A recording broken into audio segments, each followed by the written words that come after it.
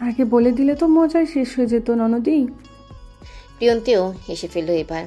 উষ্ণতার বাহু জড়িয়ে ধরে বলল, আচ্ছা, তুমি কিভাবে শিওর হলে যে কিছু হবে না? প্লিজ বলো। কাল রাতে হাসপাতাল থেকে ফেরার সময় গাড়িতেই আমি এই ব্যাপারটা তৃষানের সাথে কথা বলেছিলাম। সত্যি? কি বলেছিলে? ডিটেলস বলো তো। বিস্তারিত। গাড়িতে বসে উষ্ণতা কিছুটা ঘামছে। তার হাতে মোবাইল ফোন। ভলিউম কমানো বলে কথা শোনা যাচ্ছে না। তবে এই মুহূর্তে বিখ্যাত নিউজ পেজ থেকে লাইভে একটা ভিডিও তার ফিডে এসেছে। সেই ভিডিও দেখে উষ্ণতার আতঙ্ক লাগছে। তৃষান তার পাশে বসা, আর চোখে উষ্ণতা ভয়ে ভয়ে তার দিকেই তাকাচ্ছে বারবার। ব্যাপারটা লক্ষ্য করেই তৃষান তাকালো। Any problem? সমস্যা হচ্ছে তোমার? খারাপ লেগেছে নাকি ওসো? তৃষান উষ্ণতার কপালে হাত রাখল। বিন্দু বিন্দু ঘাম দেখে বিচলিত গলায় ড্রাইভারকে বলল, খলিল ভাই, এসিটা ছেড়ে দিন তো, আপনার ম্যাডামের গরম লাগছে। উষ্ণতা নিচু গলায় বলল, এসি ছাড়তে হবে না, জানালাগুলো ভালো করে খুলে দাও তাহলেই হবে। তৃষান ব্যস্ত ভঙ্গিতে জানালা খুলতে লাগলো। সে উষ্ণতার ব্যাপারে সবসময় খুব সিনসিয়ার। তা উষ্ণতা তার সঙ্গে কথা বলতে একটু ভয়ই পায়, যেমন এই মুহূর্তে ভয় পাচ্ছে। কিন্তু ইয়ামিন ও সুশীর কথাটা এখন না বললেই নয়। তৃষান ফোন খুলে নিশ্চয়ই দেখবে। তাছাড়া তার অফিসের পরিচিত কেউ যদি এই ভিডিও দেখে আর ঐশীকে চিনতে পারে তাহলে নিশ্চয়ই জানাবে। অন্য কারো থেকে জানলে তৃষান আরও রিয়্যাক্ট করতে পারে। তাই উষ্ণতা ভাবলো নিজেই বলবে, পরিষ্কার স্পষ্টভাবে কথা বলবে। তুমি উশুর ব্যাপারটা নিয়ে কি কিছু চিন্তা করেছো? কোন ব্যাপার? তৃষান ভ্রু কুঁচকে এমনভাবে তাকালো যেন কিছুই বুঝতে পারছে না। আসলে কি বুঝতে পারছে না, নাকি সে ভাবতেও পারেনি যে উষ্ণতা এই মুহূর্তে এই বিষয়ে কথা বলবে। আসলে সব জানাজানি হওয়ার পর উষ্ণতা বা তৃষান একবারও এই বিষয়ে নিজেদের মধ্যে আলাপ করেনি। এই প্রথম উষ্ণতা এই প্রসঙ্গে কথা বলল, তাও গাড়িতে, হাসপাতাল থেকে ফেরার পথে। তৃষান অবাক হবে, এটাই স্বাভাবিক। উষ্ণতা অকপট কণ্ঠে বলল, আমি উষু আর ইয়ামিনের কথা বলছি। আমার মনে হয় এই সম্পর্ক নিয়ে ওরা দুজনেই খুব সিরিয়াস, তাই আমাদেরও এটা নিয়ে সিরিয়াসলি ভাবা উচিত। তৃষানের সহজ স্বাভাবিক মুখ গম্ভীর হতে শুরু করেছে। সেই সাথে বাড়ল উষ্ণতার হৃৎপিণ্ডের লাবডুব শব্দ। ব্যাপারটা চরম অস্বস্তিকর তার নিজের কাছেও। কিন্তু কি করার আছে, পরিস্থিতিটাই এমন। উষ্ণতা বলল, এসব কিভাবে শুরু হয়েছিল তা নিশ্চয়ই মা তোমাকে বলেছিলেন, আমাকেও বলেছেন। আসলে সুইজারল্যান্ডে ইয়ামিন প্রিয়ন্তীর বিয়ের দাওয়াতে গিয়েছিল, সেখানেই ওদের দেখা হয়। তারপর এই সব কিছু, পুরোটাই ভাগ্য। আর ভাগ্যের উপর আমাদের নিয়ন্ত্রণ নেই। যা হয়ে গেছে সেটা তো আমরা অস্বীকার করতে পারবো না, তাই না? এর জন্য উষুকে এভাবে কষ্ট দেওয়া ঠিক হচ্ছে না। এটুকু বলেই থামল উষ্ণতা। তাকিয়ে রইল তৃষানের দিকে, তার উত্তরের অপেক্ষায়। তৃষান অবশ্য কিছু বলছে না, নিষ্পলক তাকিয়ে আছে সামনে। দৃষ্টি ধারল। কিছুটা সময় যেতেই সে থমথমে গলায় পড়ল, আসলে কি সব ভাগ্য? তোমার কি মনে হচ্ছে না এখানে পিঁপড়াইটের কিছু থাকতে পারে? অবশ্যই তোমার বোন জেনেও ইয়ামিন কিভাবে ওর সাথে জড়ালো, ওর জন্য নিশ্চয়ই মেয়ে অভাব ছিল না। তাহলে আমাদের ওষুন কেন? You had to things about it ওশো। I think is very fishy. উষ্ণতা মৃদু হাসল, মাথা নেড়ে বলল, আমি জানতাম তুমি এটাই বলবে। আসলে তোমার মতো প্রথমে আমিও কিছুটা এমন ভেবেছিলাম, কিন্তু ইয়ামিনের সাথে দেখা হওয়ার পর সব ক্লিয়ার হয়ে গিয়েছে। তোমার ওর সাথে দেখা হলো কবে আবার? বেশ বিস্ময় নিয়ে তাকালো তৃষান। এই ঘটনাটা তার জন্য অপ্রত্যাশিত। উষ্ণতা বলল, হসপিটালেই দেখা হয়েছিল আজকে। আমি ওয়াশরুমে যাচ্ছিলাম, হঠাৎ সামনেও চলে এলো। বিশ্বাস করো, ওর সাথে কথা বলতে আমার একবারও অস্বস্তি লাগেনি। যদি লাগতো তাহলে বুঝতাম এখনও আমাদের সম্পর্ক স্বাভাবিক হয়নি। কিন্তু আমি ফিল করতে পেরেছি যে ইয়ামিন এখন পুরো বদলে গেছে। ও এখন আমার প্রতি আগের মতো সেই ফিলিংসটা ক্যারি করে না। আর উশুর প্রতি ওর ভালোবাসাটা আমার কাছে প্রি প্ল্যান্ড কিছু মনে হয়নি, বরং খুবই ন্যাচারাল লেগেছে। আমি ওদের দূর থেকে একসাথে দেখেছিলাম, কেন জানি আমার মনে হচ্ছিল উশুর জন্য এর চেয়ে ভালো আর কেউ হতে পারে না। এত পারফেক্ট লাগছিল ওদের। মাত্র একবার দেখাতেই এত কিছু বুঝে গেলে? তৃষান যেন উপহাস করলো। উষ্ণতা অসন্তোষ প্রকাশ করে বলল, তোমার ওকে এত অপছন্দ কেন? কিছুদিন আগে ও আমার অফিসে এসেছিল, সরাসরি ওষিকে বিয়ে করার কথা বলেছে। তুমি ভাবতে পারছো ওর সাহসটা? আমার তো মনে হয় এই পুরো ব্যাপারটা ওর কাছে থামাশার মতো। উষ্ণতা দীর্ঘশ্বাস ছাড়লো একটা, অভিযোগের স্বরে বলল। এই কথা আমাকে আগে কখনো বলনি তুমি। তৃষার এবার কিছুটা নরম হলো, কৈফিয়ত দেওয়ার স্বরে বলল। তবে অসুস্থ ছিল অবশ্য, এইসব বলে আমি তোমাকে টেনশন ফেলাতে চাইনি।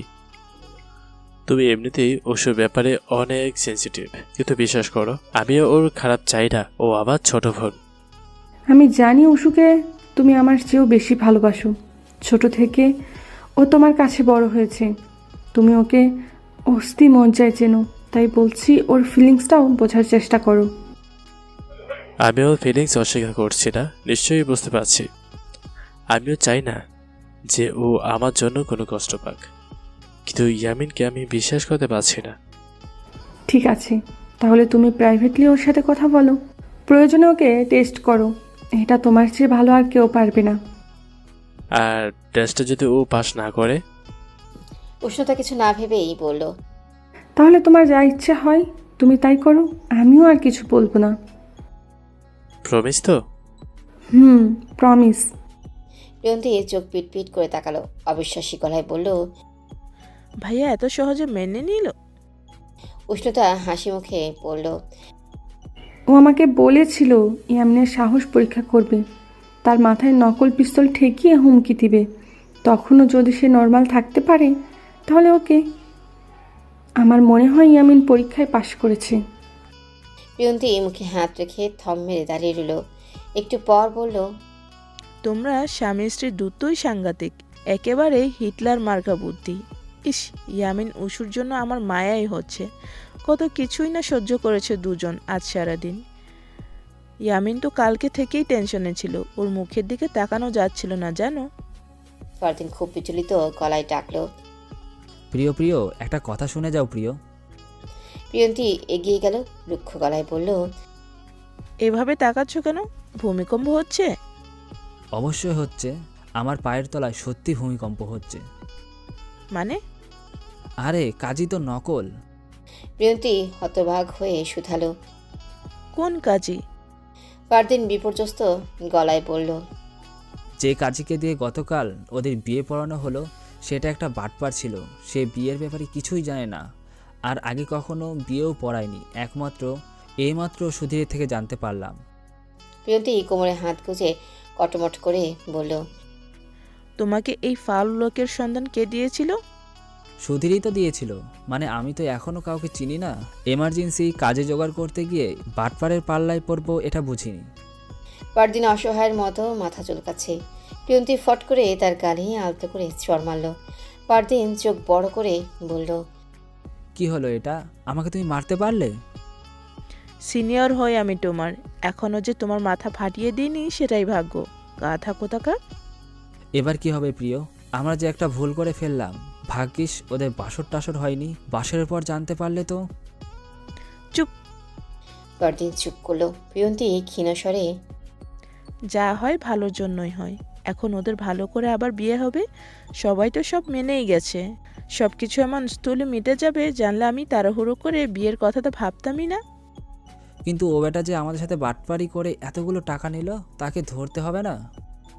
থাক, তোমাকে আর দারোগাগিরি করতে হবে না, বাদ দাও। ওশুষি আর ইয়ামিন নিরিবিলিতে বসে আছে বারান্দায়। ইয়ামিনের কাঁধে মাথা রেখে চোখ বুজে আছে ওশুষি। তার মনের মধ্যে ভালো লাগার শীতল স্রোত। সে বিভোর কণ্ঠে বলল। ত্রিশান ভাই আপনাকে ওখানে কেন ডেকেছিল, কি বলেছে? তেমন কিছু না, আমার সাহস পরীক্ষা করতে চেয়েছিল হয়তো, এজন্যই ওভাবে মেসেজ করে কাউকে কিচ্ছু না জানিয়ে যেতে বলেছিল। হঠাৎ উনি আমার মাথায় পিস্তল চেপে ধরলেন। ওশুষি প্রায় আটকে উঠল। তার স্বপ্নের দৃশ্যের সাথে মিলে যাচ্ছে ঘটনাটা। সে হতবাক চিত্তে জানতে চাইল। তারপর আপনি কি করলেন? কিছুই না, তোমার কথা মনে করছিলাম। তখনই মনে সাহস চলে আসলো। ত্রিশান ভাইয়া জিজ্ঞেস করলেন তোমাকে পাওয়ার জন্য আমি কি কি করতে পারি। আমি পিস্তল মাথা থাকা অবস্থাতেই জবাব দিলাম, যে কোনো কিছু। উনি কতক্ষণ আমার মুখের দিকে তাকিয়ে থেকে আমাকে ছেড়ে দিলেন। তারপর চলে যাওয়ার আগে বললেন, মাকে দিয়ে জানো তোমাদের বাড়িতে বিয়ের প্রস্তাব নিয়ে আসি, সব কিছু আনুষ্ঠানিক নিয়ম মেনে শুরু হবে। অশুষি হা করে তাকিয়ে আছে। তুষান ভাইয়া এই কথা বলেছে, এটাই যেন বিশ্বাস হচ্ছে না তার।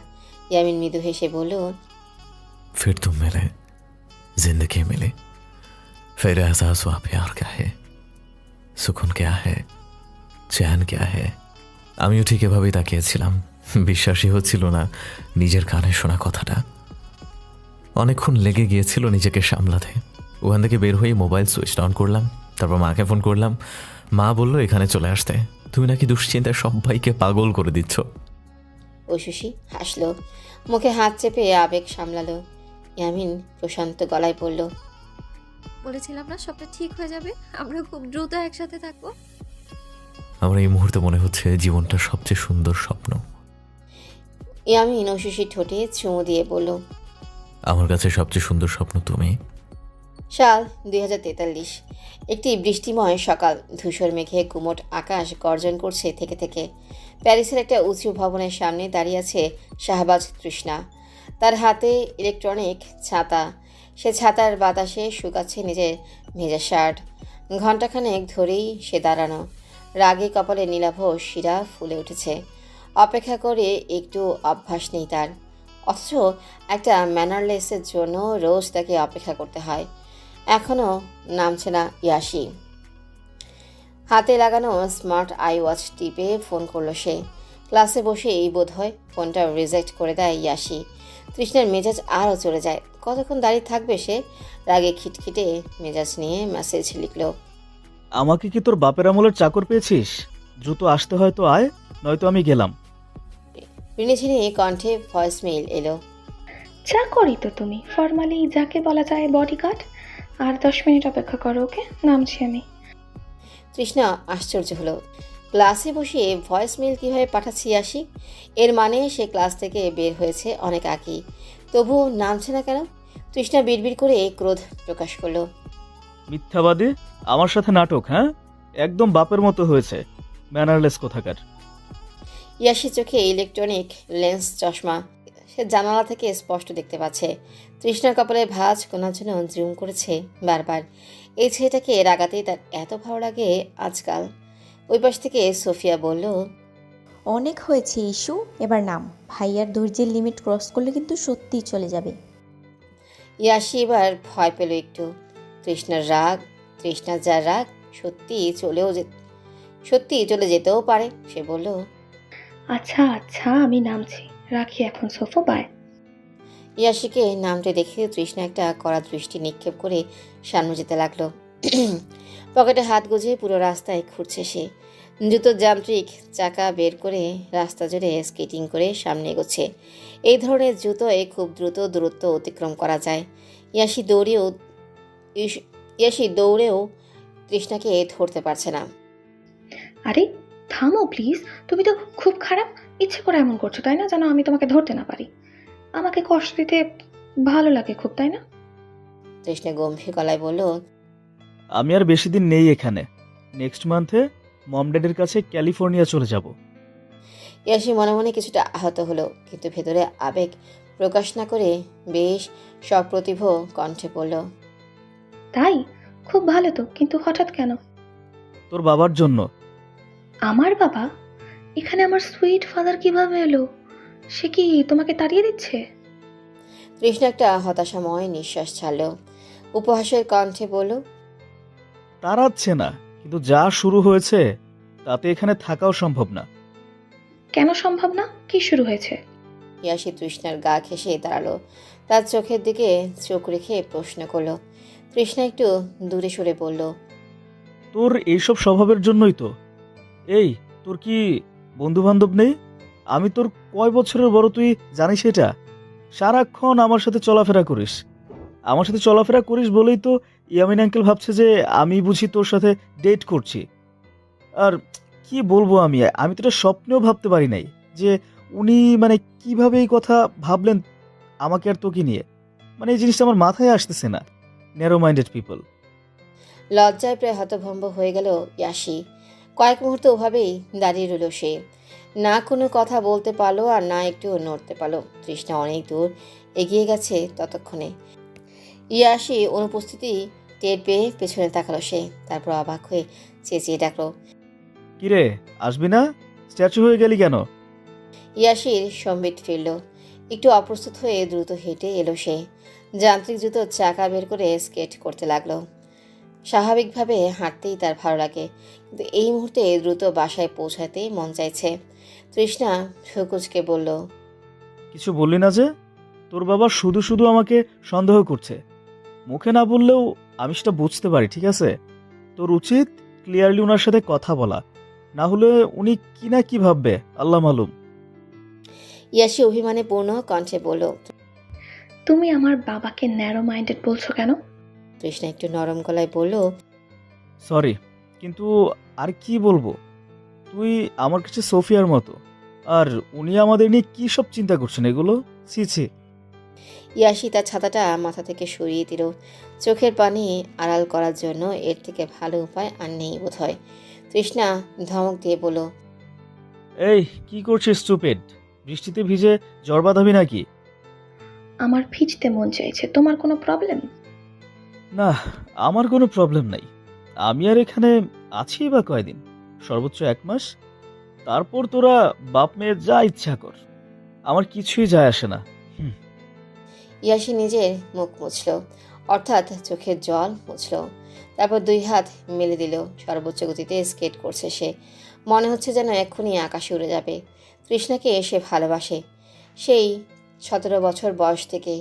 এই কথাটাই নিজের বাবাকে জানিয়েছিল কিছুদিন আগে, কারণ তৃষ্ণার বয়স প্রায় 30। তার বিয়ের জন্য পাত্রী দেখা হচ্ছে।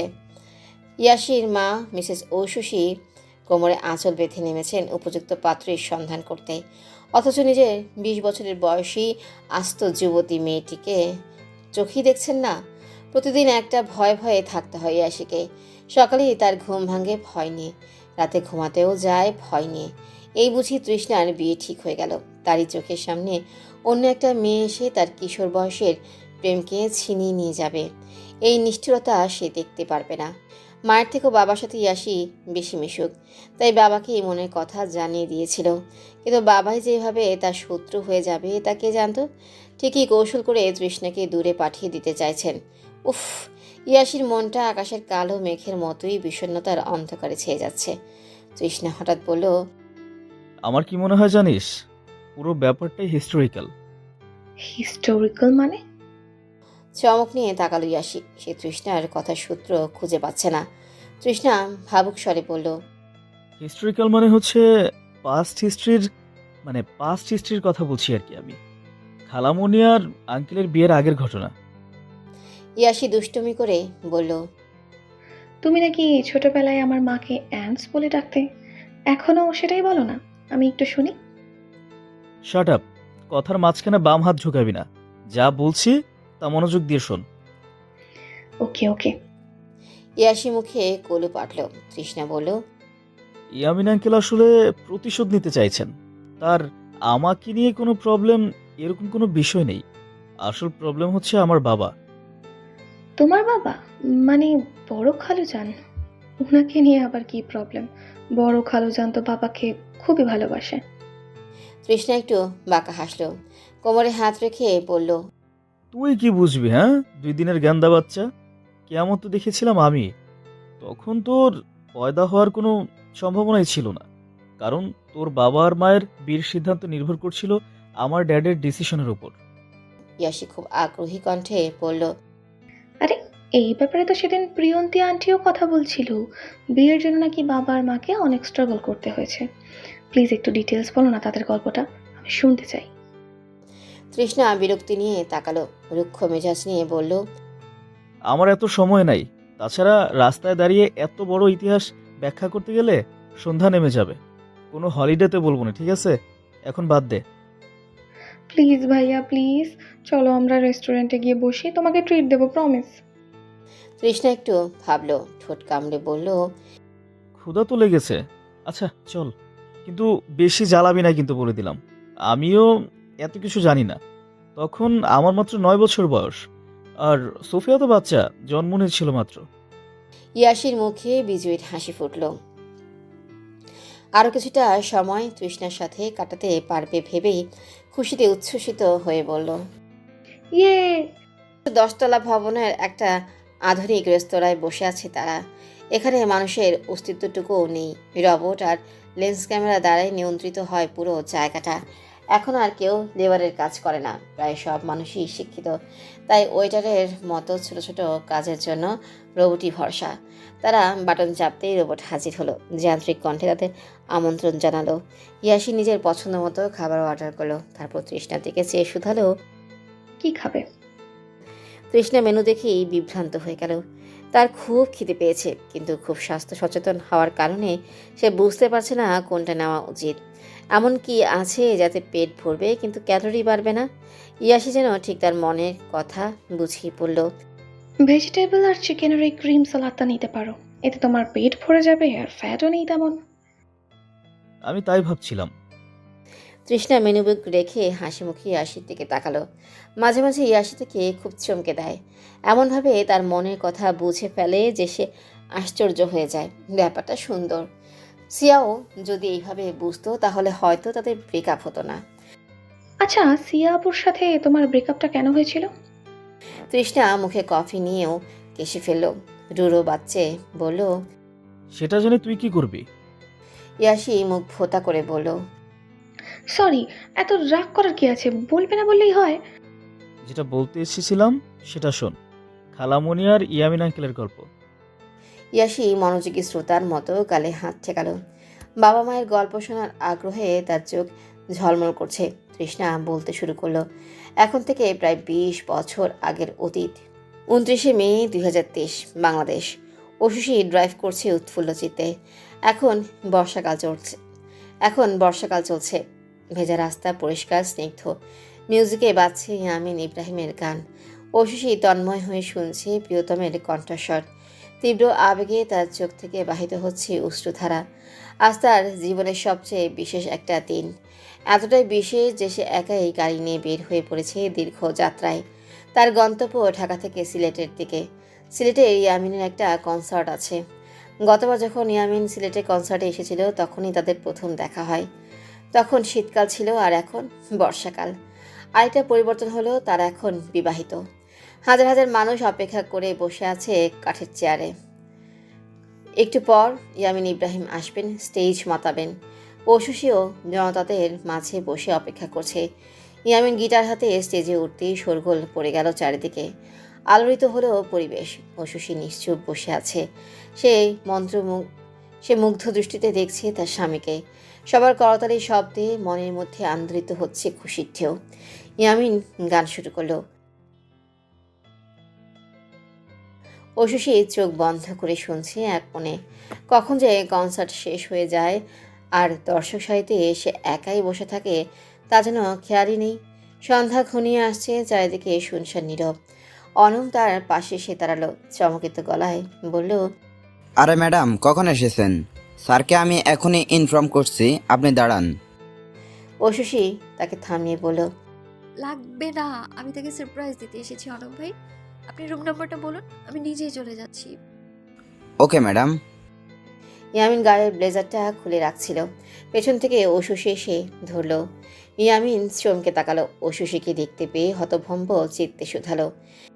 তুমি কখন এলে? সারপ্রাইজ।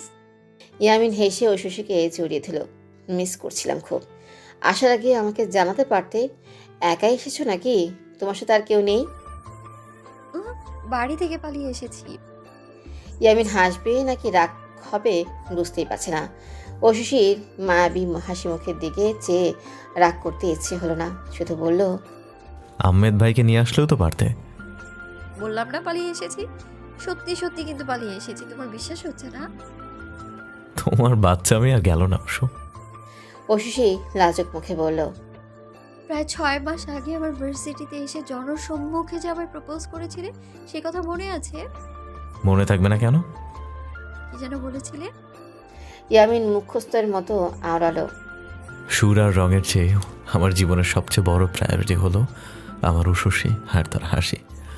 সে হাসবে বলে আমি হাজারো পাগলামি সারা জীবন করে যেতে পারি। তার খুশির জন্য আমি এক পৃথিবীর সুখ তার হাতের মুঠো এনে দিতে পারি। উশসী, আমি তোমাকে ভালোবাসি। চলো তো এবার বিয়ে করি। অনেক তো হলো, এবার সারা জীবনের জন্য তোমার হাত ধরতে চাই আমি। সেই অধিকার কি আমাকে দিবে? অশিশি অবাক দৃষ্টিতে তাকিয়ে আছে। খুশিতে ঝলমল করছে তার চেহারা।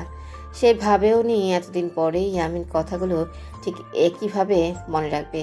সে প্রসন্ন কণ্ঠে বলল, প্রপোজের অফারটা কি এখনো ভ্যালিড আছে ইয়ামিন ইব্রাহিম? ইয়ামিন আবেগজড়িত কণ্ঠে বলল, জি আছে লামিয়া ইমরোজ শশী, আপনার জন্য এই অফারের ভ্যালিডিটি লাইফ টাইম। অশিশি ফিক করে হেসে ফেলল।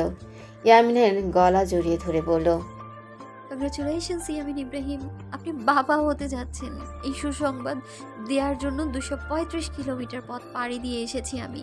এখন বলুন, আমায় কি গিফট দিবেন আপনি? ইয়ামিন হাঁ করে তাকিয়ে আছে। এমন অপ্রত্যাশিত সুখবরে শুনে প্রায় নির্বাক হয়ে গেছে সে। কতক্ষণ পর অশিশির কোমর জড়িয়ে ধরে তাকে উপরে তুলল। তারপর ভরাট কণ্ঠে চিৎকার করলো, ইয়াস, আমি যে কত খুশি সেটা এক্সপ্লেন করতে পারবো না। এত বড় নিউজ শুনে কি উপহার দিতে আমি কিচ্ছু জানি না। I'm just being crazy, so much crazy. I'm gonna mad. I'm sorry, but আমি খুব খুব খুব খুশি, সত্যি খুব খুশি। ইয়ামিন হাঁপাচ্ছে, বড় বড় শ্বাস নিচ্ছে।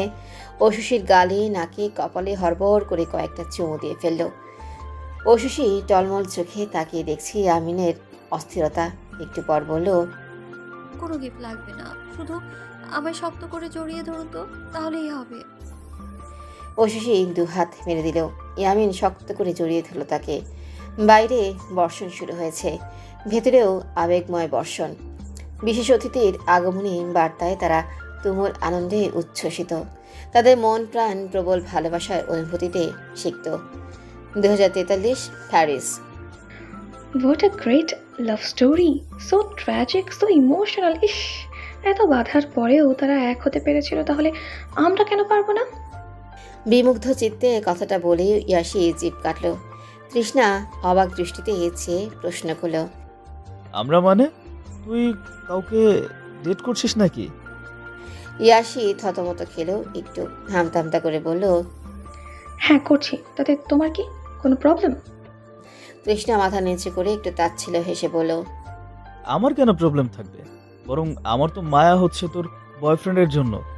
বেচারা, তোর মতো পাগলকে সামলাতে তাকে কতই না কষ্ট করতে হয়। ইয়াসি চোখ সরু করে বলল, তুমি একটা, I hate you. Same to you. Trishna সময় দেখে উঠে দাঁড়ালো। ইলেকট্রনিক ছাতা হাতে তুলে নিয়ে বলল, অলরেডি 2 ঘন্টা শেষ, এখন না উঠলে সত্যি সন্ধ্যা হয়ে যাবে, চল। গালে হাত রেখে কয়েক মুহূর্ত বসে রইল ইয়াসি। তার পিয়াসী মন ক্ষণে ক্ষণে হতাশায় ভরে উঠছে। এজন্য বোধহয় তার প্রেম হবে না। ওই নাকুচু রুক্ষ স্বভাবে নির্বোধ মানব জীবনেও তার ভালোবাসা বুঝবে না। রোবট পেমেন্ট বুক নিয়ে এসেছে। যান্ত্রিক স্বরে সে বিলের অ্যামাউন্টের হিসাব দিচ্ছে। ইয়াসি রোবটের দিকে চেয়ে ফিসফিস করে বলল, তোদের হৃদয় বলতে কিছু নেই তাই না? তোদের মতো আর একজন আছে, ওই যে শাহবাজ তৃষ্ণা, ওই লোকটিরও হৃদয় বলতে কিছু নেই। মানি ট্রান্সফার করে উঠে দাঁড়ালো ইয়াসি। তৃষ্ণা হেঁটে যাচ্ছে নিজের মতো। তাকে অনুসরণ করে তার পিছু পিছু হাঁটছে ইয়াসি। টিপ টিপ বৃষ্টি হচ্ছে এখনো। স্নিগ্ধ বাতাসে ঘ্রাণ মিশে আছে পরিবেশে। তৃষ্ণার মাথার ব্রাউনিশ চুলগুলো মৃদু বাতাসে তালে উঠছে। সেদিকে তাকিয়ে মুগ্ধতায় বুঁদ হয়ে যাচ্ছে ইয়াসি। ঠিক এইভাবেই পাশাপাশি হেঁটে সে কাটিয়ে দিতে রাজি পুরো একটি জীবন।